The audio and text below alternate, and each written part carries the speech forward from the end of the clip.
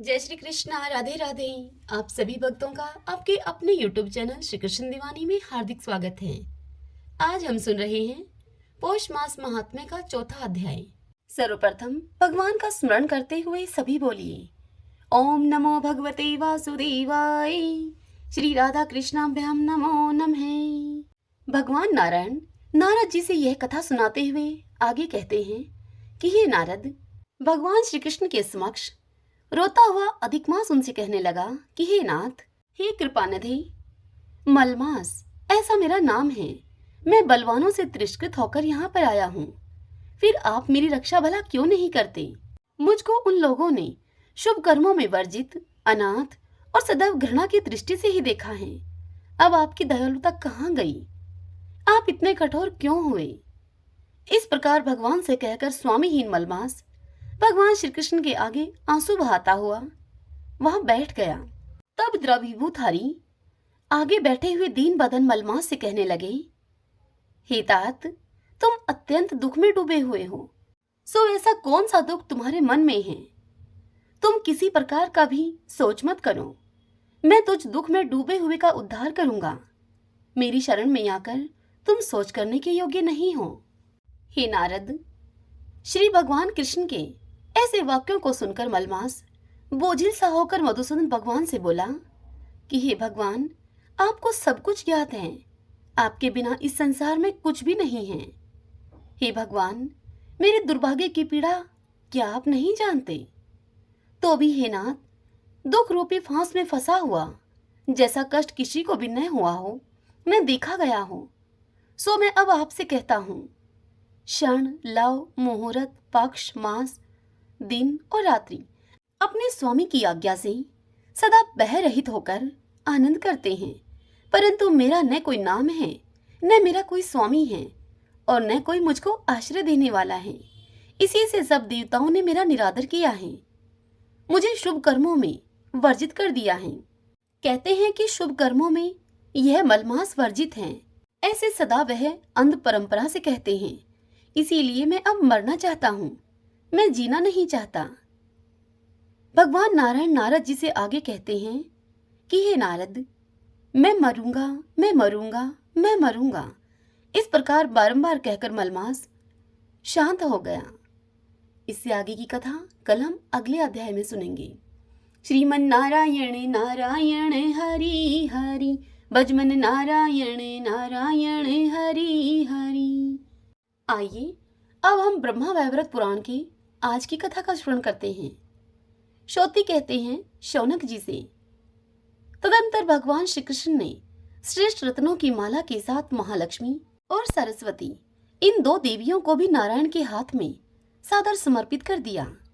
तत्पश्चात ब्रह्मा जी को सावित्री, धर्म को मूर्ति, कामदेव को रूपवती रति और कुबेर को मनोरमा सादर प्रदान की। इसी तरह अन्य स्त्रियों को भी पतियों के हाथ में दिया।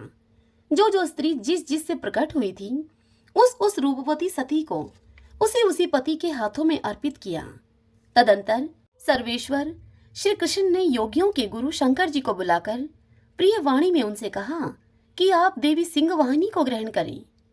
श्री कृष्ण का यह वचन सुनकर नील लोहित शिव हंसे और डरते हुए विनीत भाव से उन प्राणेश्वर प्रभु अच्युत से वे बोले, महादेव जी ने पहले प्रकृति के दोष बताकर उसे ग्रहण न करने की इच्छा प्रकट की और फिर इस प्रकार कहा। श्री महेश्वर बोले, हे नाथ, मुझे ग्रहणी नहीं चाहिए, मुझे तो मनचाहा वरदान दीजिए। जिस सेवक को जो अभिष्ट हो, श्रेष्ठ स्वामी उसे वही वस्तु देते हैं। मैं आपकी भक्ति में लगा रहूं, आपके चरणों की दास्ता सेवा करता रहूं। यह लालसा मेरे हृदय में निरंतर बढ़ रही है। आपके नाम जप से, आपके चरण कमलों की सेवा से मुझे कभी तृप्ति नहीं होती है। मैं सोते जागते हर समय अपने 5 मुखों से आपके नाम और गुणों का, जो मंगल के आश्रय हैं, उनका निरंतर गान करता हुआ सर्वत्र विचरण करता हूँ। मेरा मन कोटि कोटि कल्पों तक आपके स्वरूप का ध्यान करने में ही तत्पर रहे, भोगों की इच्छा में नहीं। यह योग और तपस्या में ही संलग्न रहे। आपकी सेवा, पूजा, वंदना और नाम कीर्तन में ही इसे सदा उल्लास प्राप्त हो। इनसे विरत होने पर यह उद्विग्न हो उठे। संपूर्ण वरों के हे ईश्वर, आपके नाम और गुणों का स्मरण, कीर्तन, श्रवण, जप, आपके मनोहर रूप का ध्यान, आपके चरण कमलों की सेवा, आपकी वंदना, आपके प्रति आत्मसमर्पण और नित्य आपके नैवेद्य अर्थात आपके प्रसाद का भोजन, यह जो 9 प्रकार की भक्ति है, इसी भक्ति का आप मुझे श्रेष्ठ वरदान मान कर दीजिए। हे प्रभु, सृष्टि, सालोक्य, सारूप्य, सामीप्य, साम्य और लीनता, मुक्त पुरुष ये 6 प्रकार की मुक्तियां बताते हैं, अर्थात आपके समान ऐश्वर्य की प्राप्ति, आपके समान लोक की प्राप्ति, आपके ही समान रूप की प्राप्ति, आपके निकट रहने का सौभाग्य, आपकी क्षमता की प्राप्ति और आप में मिलकर एक हो जाना अथवा सायुज्य की प्राप्ति। मुक्त पुरुष ये 6 प्रकार की मुक्तियां बताते हैं, अणिमा, लघिमा, गरिमा, प्राप्ति, प्रकाम्य, शीतव, महिमा, वशितव, सर्व कामा वसायिता, सर्वज्ञता, दूर श्रवण, प्रकाय प्रवेश, वाक सिद्धि, कल्प वृक्षतव, सृष्टि शक्ति, संहार शक्ति, अमरतव और सर्वाग्रगण्यता, ये 18 सिद्धियां मानी गई हैं।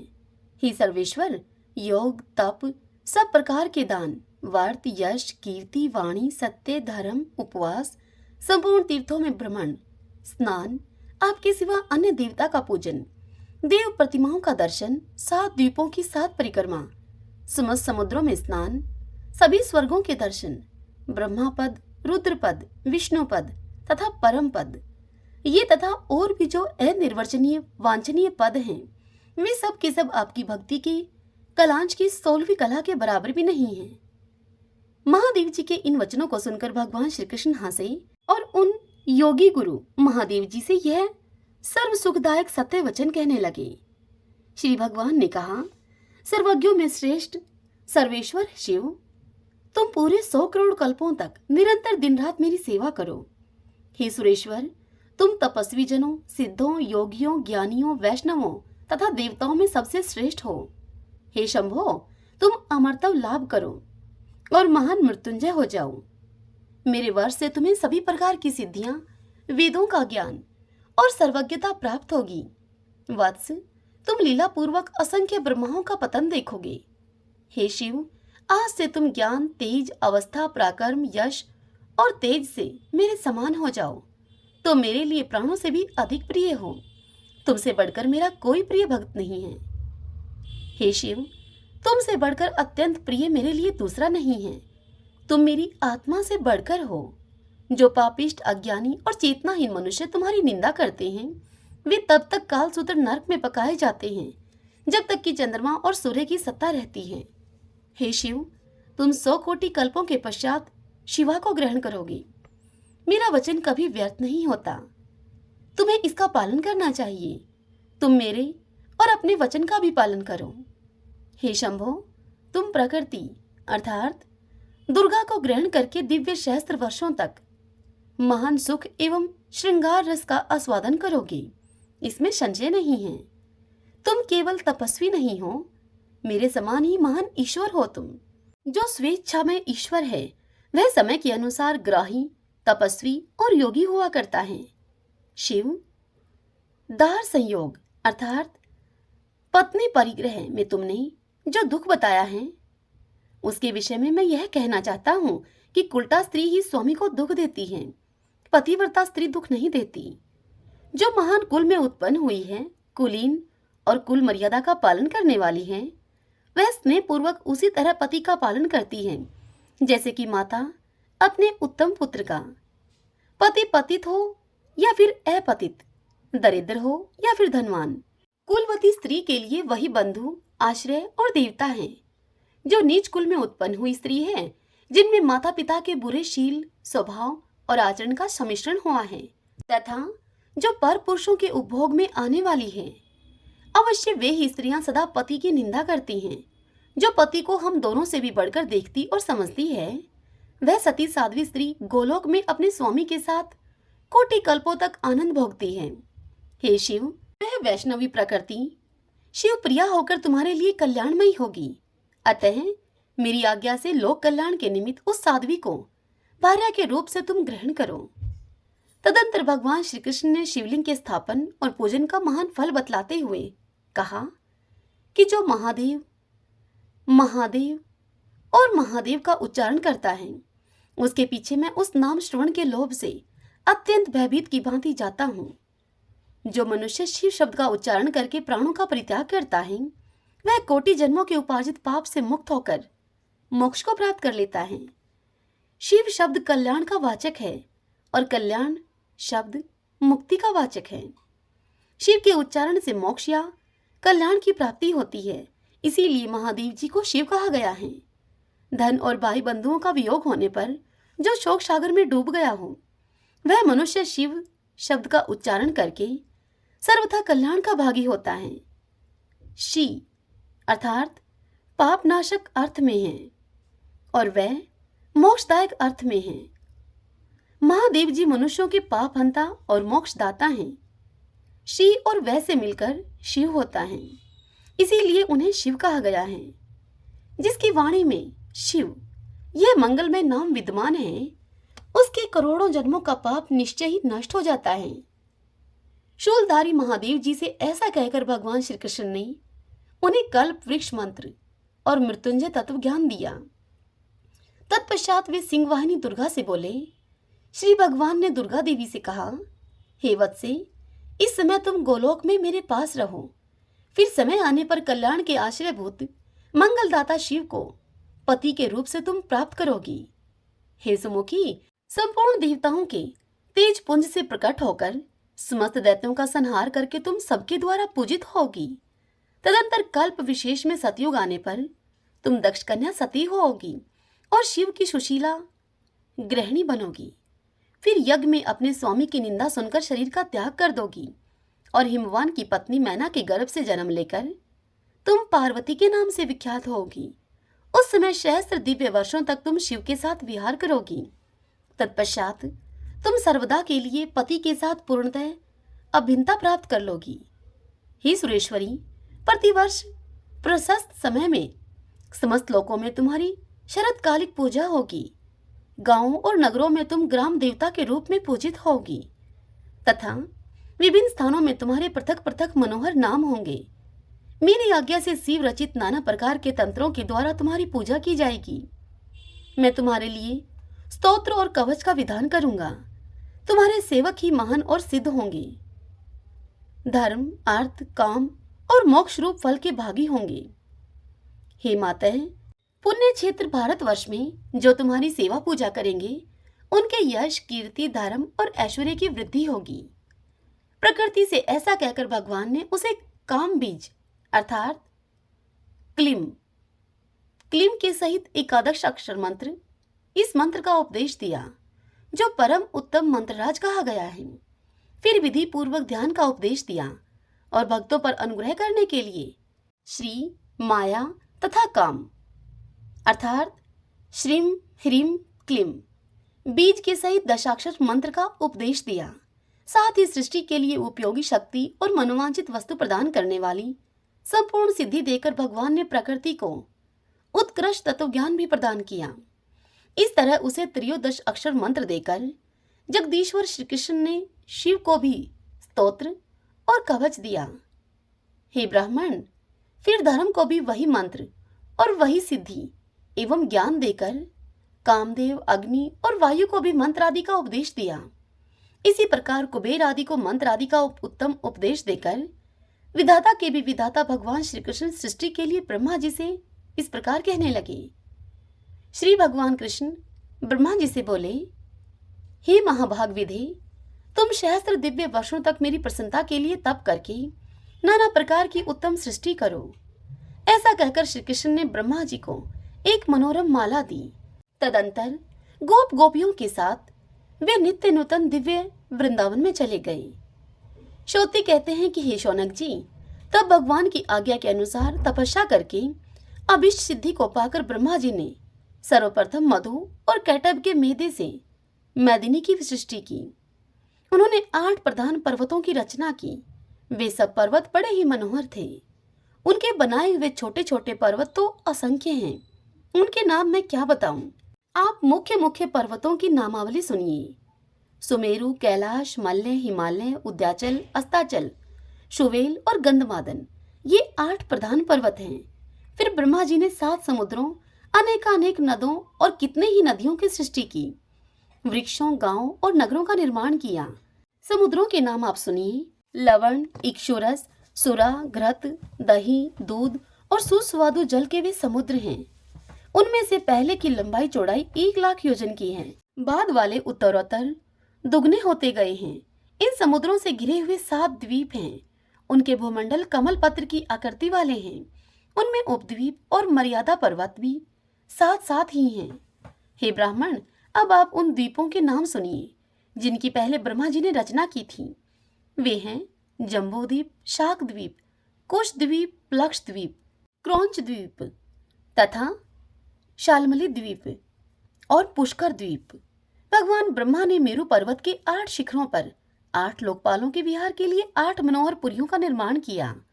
उस पर्वत के मूल भाग पाताल लोक में उन्होंने भगवान अनंत अर्थात भगवान शेषनाग की नगरी बनाई। तदंतर लोकनाथ ब्रह्मा ने उस पर्वत के ऊपर ऊपर 7 स्वर्गों की सृष्टि की। हे शौनक जी, उन सब के नाम अब आप सुनिए। भूरलोक, भुवरलोक, परम मनोहर स्वरलोक, महरलोक, जनलोक, तपोलोक तथा सत्यलोक। मेरु के सबसे ऊपरी शिखर पर जरा, मृत्यु आदि से रहित ब्रह्मालोक है। उससे भी ऊपर ध्रुवलोक है जो सब ओर से अत्यंत मनोहर है। जगदीश्वर ब्रह्मा जी ने उस पर्वत के निम्न भाग में 7 पातालों का निर्माण किया। हे मुने, वे स्वर्ग की अपेक्षा भी अधिक भोग साधनों से संपन्न हैं और कर्मशः एक से दूसरे उत्तरोत्तर नीचे भाग में स्थित हैं। उनके नाम इस प्रकार से हैं: अतल, वितल, सुतल, तलातल, महातल, पाताल और रसातल। सबसे नीचे रसातल ही है। 7 द्वीप, 7 स्वर्ग तथा 7 पाताल, इन लोकों सहित जो संपूर्ण ब्रह्मांड है वह ब्रह्मा जी के ही अधिकार में है। हे शौनक, ऐसे ऐसे असंख्य ब्रह्मांड हैं और महाविष्णु के रोमांच विवरों में उनकी स्थिति है। श्री कृष्ण की माया से प्रत्येक ब्रह्मांड में दिक्पाल, ब्रह्मा, विष्णु और महेश्वर हैं। देवता, मनुष्य आदि सभी प्राणी स्थित हैं। इन ब्रह्मांडों की गणना करने में न तो लोकनाथ ब्रह्मा, न शंकर, न धर्म और न विष्णु ही समर्थ हैं। फिर और देवता किस गिनती में हैं? हे विप्रवर, कृत्रिम विश्व तथा उसके भीतर रहने वाली जो वस्तुएं हैं वे सब अनित्य और स्वप्न के समान नश्वर हैं। बैकुंठ, शिवलोक तथा इन दोनों से परे जो गोलोक है, ये सब नित्य धाम हैं। इन धामों की स्थिति कृत्रिम विश्व से बाहर है, ठीक उसी तरह से जैसे आत्मा, आकाश और दिशाएं कृत्रिम जगत से बाहर और नित्य हैं। श्रीमन नारायण नारायण हरि हरि, भजमन नारायण नारायण हरि हरि। आइए अब हम पौष मास में सुने जाने वाली अलूने रविवार की व्रत कथा का श्रवण करें। सभी बोलिए सूर्य नारायण भगवान की जय। किसी राज्य में एक ब्राह्मण ब्राह्मणी रहते थे। उनके कोई संतान नहीं थी। वे गरीबी में जीवन को बिता रहे थे। ब्राह्मण भिक्षा मांग कर लाता था और उसी से उनका जीवन यापन होता था। एक दिन उसने सुना कि आज राजा दोपहर में ब्राह्मणों को मुंह मांगा दान देंगे। तदंतर वह अपनी भिक्षावृत्ति से निमटकर राजा के महल की ओर चल दिया। महल का रास्ता बहुत ही लंबा और कठिन था, जिससे कि उसे वहां पहुंचने में देरी हो गई। जब तक वह वहां पहुंचा, राजा दान कर चुके थे। ब्राह्मण ने महल के द्वार पर पहुंचकर द्वारपाल से राजा से मिलने के लिए इच्छा जाहिर की, तो द्वारपाल ने कहा कि दान का कार्य पूरा हो चुका है। यह सुनकर वह ब्राह्मण बड़ा ही निराश होकर अपने सिर पर हाथ रखकर वहीं बैठ गया। देर हो जाने के कारण मन ही मन वह ब्राह्मण बहुत ही दुखी होने लगा।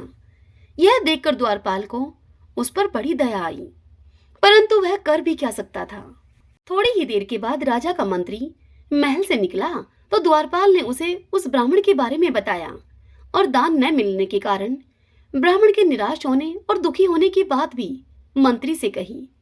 तब मंत्री ने उस ब्राह्मण की गरीबी और दीनहीन दशा को देखकर मन में दया भाव को लाते हुए अपने घर से एक बकरी का बच्चा उसे लाकर दे दिया। ब्राह्मण कुछ बोला नहीं और बकरी के उस बच्चे को लेकर वह अपने घर को आ गया। पहले तो बकरी के बच्चे को देखकर ब्राह्मणी बहुत नाराज हुई, परंतु बाद में उस ब्राह्मणी ने सोचा कि चलो जी बहलाने के लिए बकरी का यह बच्चा एक अच्छा खिलौना है। अब उनका समय बीतता गया और ब्राह्मण ब्राह्मणी उन दोनों का बकरी के उस बच्चे से बहुत ही प्रेम हो गया, मानो कि वह उनका ही बच्चा हो। इस प्रकार से उस बकरी के बच्चे पर उनका प्रेम निरंतर बढ़ता गया। वे दोनों उस बकरी के बच्चे से इतना लाड़ प्यार करने लगे कि मानो वह उन्हीं का बच्चा हो। ब्राह्मण जहां भी जाता उस बच्चे को अपने साथ लेकर जाता। एक दिन की बात है, वह ब्राह्मण नदी पे स्नान करके संध्या पूजन कर रहा था। तब बकरी का वह बच्चा उछल कूद करता हुआ नदी में जा गिरा। जब तक ब्राह्मण की संध्या पूजा पूरी हुई तब तक वह बच्चा पानी में दूर तक बहकर जा चुका था।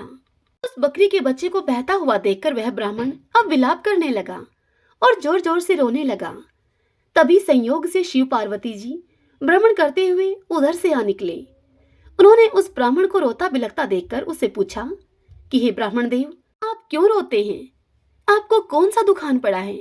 तब ब्राह्मण ने शिव पार्वती जी को देखकर उनके चरणों में गिरकर गिड़गिड़ाते हुए उनसे कहा कि प्रभु, मेरे कोई संतान नहीं है, लेकिन मैं बकरी के बच्चे को ही अपना बच्चा समझकर उसे प्यार करता था, उसे पालता पोसता था। अब वह बच्चा भी नदी में गिरकर बह गया है, शायद वह मर भी गया होगा। अब मैं घर जाकर अपनी ब्राह्मणी से भला क्या कहूंगा, क्योंकि वह भी उसे बहुत प्यार करती थी, अपने बालक की भांति। जब उसे यह पता चलेगा तो वह बहुत दुखी होगी और विलाप भी करेगी। ब्राह्मण की इस बात को सुनकर शिवजी उससे बोले कि ब्राह्मण, तू घर जा, विलाप मत कर। तुम दोनों पति पत्नी मिलकर पौष माह के रविवार का अलूना व्रत करना, जिसके प्रताप से तुम्हें एक सुंदर कन्या प्राप्त होगी। तब वह ब्राह्मण दुख को त्याग कर बड़ी खुशी खुशी अपने घर को गया। घर जाकर उसने सारी घटना अपनी पत्नी को बताई। उसकी पत्नी थोड़ा दुखी तो हुई, किंतु शिवजी पार्वती जी के वरदान की बात को सुनकर और उनसे कन्या की प्राप्ति की बात को सुनकर वह बड़ी ही खुश हो गई। ब्राह्मण ब्राह्मणी के व्रत करने से 9 माह के बाद उन्हें सुंदर कन्या की प्राप्ति हुई, तो उन्होंने बहुत ही खुशियां मनाई। प्रभु की देन होने से वह कन्या चमत्कारी थी। जब वह बच्ची सोती तो उसके मुख से लार निकलती थी। जब तक उसकी माँ उसे दूध पिलाने को उठाती तब तक वह लार सोने की हो जाती। इस प्रकार उस सोने की लार से वे लोग बहुत ही धनी हो गए। उनके घर में धन की अब कमी न रही, वे बड़े धनवानों की गिनती में आने लगे। अब वह कन्या दिनों दिन चंद्रमा की कलाओं के समान बड़ी होने लगी। वह बचपन से शिवजी पार्वती जी की पूजा करती, इस प्रकार के व्रत किया करती थी।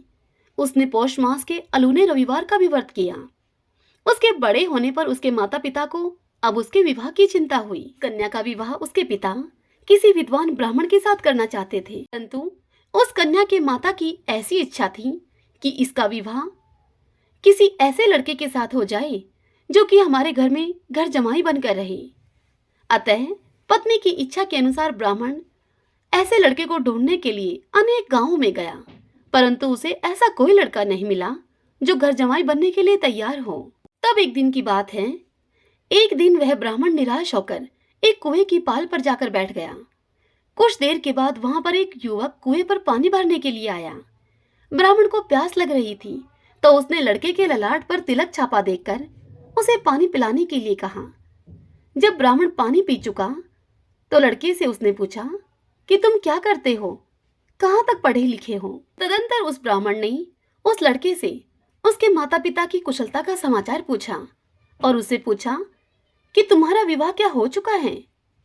तब उस युवक ने उत्तर दिया कि मैं पढ़ा लिखा तो हूँ, काम पंडिताई का करता हूँ मैं, परंतु मेरे माता पिता नहीं हैं, मैं अकेला ही हूँ। मेरा विवाह कौन करावे? यदि माता पिता जिंदा होते तो मेरा विवाह तो वही कराते। अब युवक की यह बात सुनकर वह ब्राह्मण उससे बोला कि मैं तुम्हारा विवाह अपनी कन्या से करने को तैयार हूँ, किंतु तुम्हें मेरे घर पर घर जवाई बनकर रहना होगा, किसी बात की कोई कमी नहीं होगी। थोड़ी देर तक विचार करने के बाद उस लड़के ने हाँ कर दी। ब्राह्मण ने उसे अपने गांव का पता बता दिया और उसे घर आने को भी कहा। थोड़े ही दिन के बाद वह युवक ब्राह्मण के द्वारा बताए गए उस पते पर ढूंढते ढूंढते पहुंच ही गया, तो ब्राह्मणी ने उसका खूब आदर सत्कार किया। तदंतर ब्राह्मणी ने उससे कहा कि बेटा, मेरी एक शर्त है, घर जमाई तो तुम रहोगे ही, परंतु रात को सोने के बाद सुबह होने पर मेरी बेटी को तुम मत जगाना, मैं ही आकर उसको जगाऊंगी। वह युवक ब्राह्मणी की उस बात को सुनकर अपने मन में सोचने लगा कि इस घर में सभी सुख सुविधाएं हैं, तो फिर इस बात को मानने में क्या हर्ज है। युवक ने ब्राह्मणी की शर्त को मान लिया। ब्राह्मण ने शुभ मुहूर्त देखकर बेटी का विवाह उस युवक से कर दिया और वह युवक अब घर जमाई बनकर ब्राह्मण ब्राह्मणी के साथ ही रहने लगा। प्रतिदिन माँ अपनी बेटी को जगाने के लिए जाती और जो लाल सोने की बनती उसे वह चुपचाप लेकर आ जाती, परंतु बेटी जमाई को इस बात का कभी पता ही नहीं लगने दिया। एक दिन सास को आने में बहुत देरी हो गई, तो जमाई ने सोचा कि मैं ही अपनी पत्नी को जगा दूं। ऐसा सोचकर वह कमरे में गया तो उसने देखा कि उसकी पत्नी के मुंह से लार इकट्ठा हो रही है। जैसे ही उसने लार को हटाया तो वह लार सोने की हो गई। पत्नी की नींद खुली तभी उसकी वहां मां आ गई। उसने अपनी बेटी को जगा हुआ देखकर मन ही मन बड़ा क्रोध किया, किंतु वह कुछ बोली नहीं। जमाई ने लार से बना हुआ सोना अपने पास में रख लिया और सोचा कि हमें अब अलग रहना चाहिए। उसी गांव में अब वे अलग अलग रहने लगे। जमाई की इस बात से वह सास चिढ़कर उससे जलन रखने लगी और जमाई को जान से मारने की भी सोचने लगी। एक दिन उसने कुछ लोगों को सोने की अशर्फी देकर जमाई को मारने के लिए उन्हें भेजा, परंतु शिवजी पार्वती और सूर्य भगवान की कृपा से वह लोग उसे मारने में सफल नहीं हो पाए। हर बार अथक प्रयास करने के बाद भी जमाई वापस जीवित घर आ जाता। काफी प्रयास करने के बाद एक दिन उसने अपनी बेटी जमाई को अपने घर जीवने के लिए बुलाया। जमाई को परोसी गई थाली की खीर में उसने जहर मिला दिया। बेटी जमाई जब भोजन करने के लिए बैठे तो बेटी बोली कि मुझे आज ज्यादा खीर खाने की इच्छा हो रही है। तो जमाई ने अपनी पत्नी से कहा कि मेरी यह खीर की कटोरी तुम ले लो। यह सुनकर सास ने जमाई से कहा कि यह खीर तो विशेष रूप से आपके लिए ही बनाई है, आपको ही खानी है। इतने में दो मक्खियां उड़ती हुई आई और उस खीर में गिर गई। यह देखकर जमाई ने उस खीर को हाथ भी नहीं लगाया। अंत में जब सब भोजन कर चुके और सबने हाथ धो लिए तब सास ने कहा, जमाई जी आपने तो खीर खाई ही नहीं। निश्चित ही मेरी बेटी के व्रत के प्रभाव से भगवान शिवजी पार्वती जी और सूर्य नारायण भगवान ने इनकी रक्षा की है। यह विचार उसके मन में आते ही उसका मन पलट गया। तब उस ब्राह्मणी ने सोचा कि मैं तो धन के लालच में इतनी अंधी और स्वार्थी हो गई कि उस लालच में मैं अपनी बेटी का सुहाग ही मिटाने को चल पड़ी। अपने मन में इस प्रकार का विचार करती हुई वह ब्राह्मणी बड़ी ही दुखी मन से भगवान से माफी मांगती है और कहती है कि हे ईश्वर मुझे आप क्षमा करना। उन्होंने कहा भी है कि जाको राखे साइया मार सके ना कोई, भले कर्म करते रहो चाहे जग बैरी होए। भगवान शंकर माता पार्वती जैसे आपने उस ब्राह्मणी के जमाई की रक्षा की वैसे ही सबकी रक्षा करना। इस कथा को कहने वाले, सुनने वाले और हुंकारा भरने वाले की उन सभी जनों की मनोकामनाओं को पूर्ण करना। कथा अधूरी हो तो पूरी करना, पूरी हो तो मान करना। सभी बोली सूर्य नारायण भगवान की जय, भगवान शंकर माता पार्वती की जय। आइए अब हम भगवान श्री कृष्ण को प्रसन्न करने के लिए उनकी 16 कलाओं की स्तुति मधुराष्टकम के माध्यम से करें।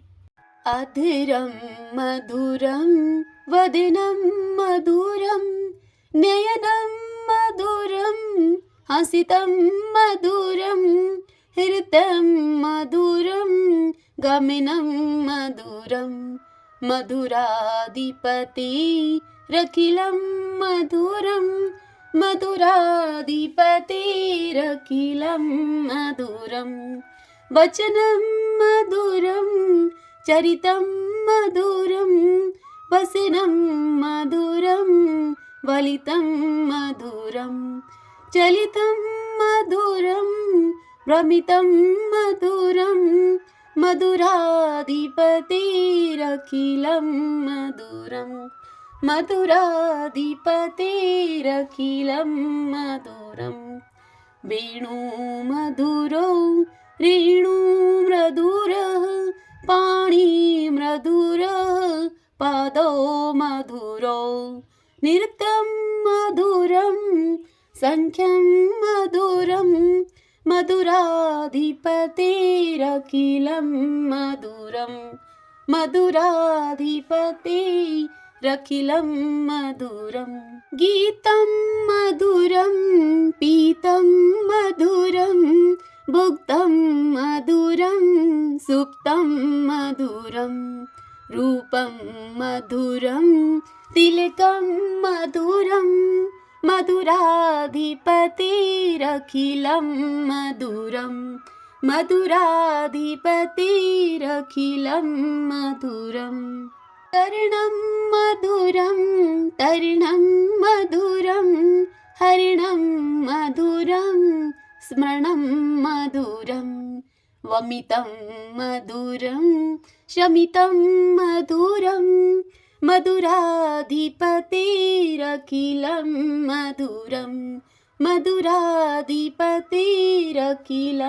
मधुरं गुञ्जा मधुरा माला मधुरा यमुना मधुरा वीची मधुरा सलिलं मधुरं कमलं मधुरं मधुराधिपतिरखिलं मधुरं मधुराधिपतिरखिलं मधुरं गोपी मधुरा लीला मधुरा युक्तं मधुरं मुक्तं मधुरं दृष्टं मधुरं शिष्टं मधुरं मधुराधिपतिरखिलं मधुरं मधुराधिपतिरखिलं मधुरं गोपा मधुरा गाओ मधुरा यष्टिर्मधुरा सृष्टिर्मधुरा दलितं मधुरं फलितं मधुरं मधुराधिपतिरखिलं मधुरं मधुराधिपतिरखिलं मधुरम्। आज की यह कथा आपको कैसी लगी? कमेंट बॉक्स में जय श्री कृष्णा लिख के आप मुझे अवश्य बताइए और यदि पसंद आई हो तो वीडियो को लाइक करें और इसी के साथ यदि आप मुझे पहली बार सुन रहे हैं तो फिर आप हमारे इस चैनल श्री कृष्ण दीवानी को सब्सक्राइब कर लीजिए, बेल आइकन के बटन को भी दबा लीजिएगा ताकि आपको हमारे आने वाले नए वीडियोस की सभी जानकारी, सभी नोटिफिकेशन समय से मिल सके। हरे कृष्णा।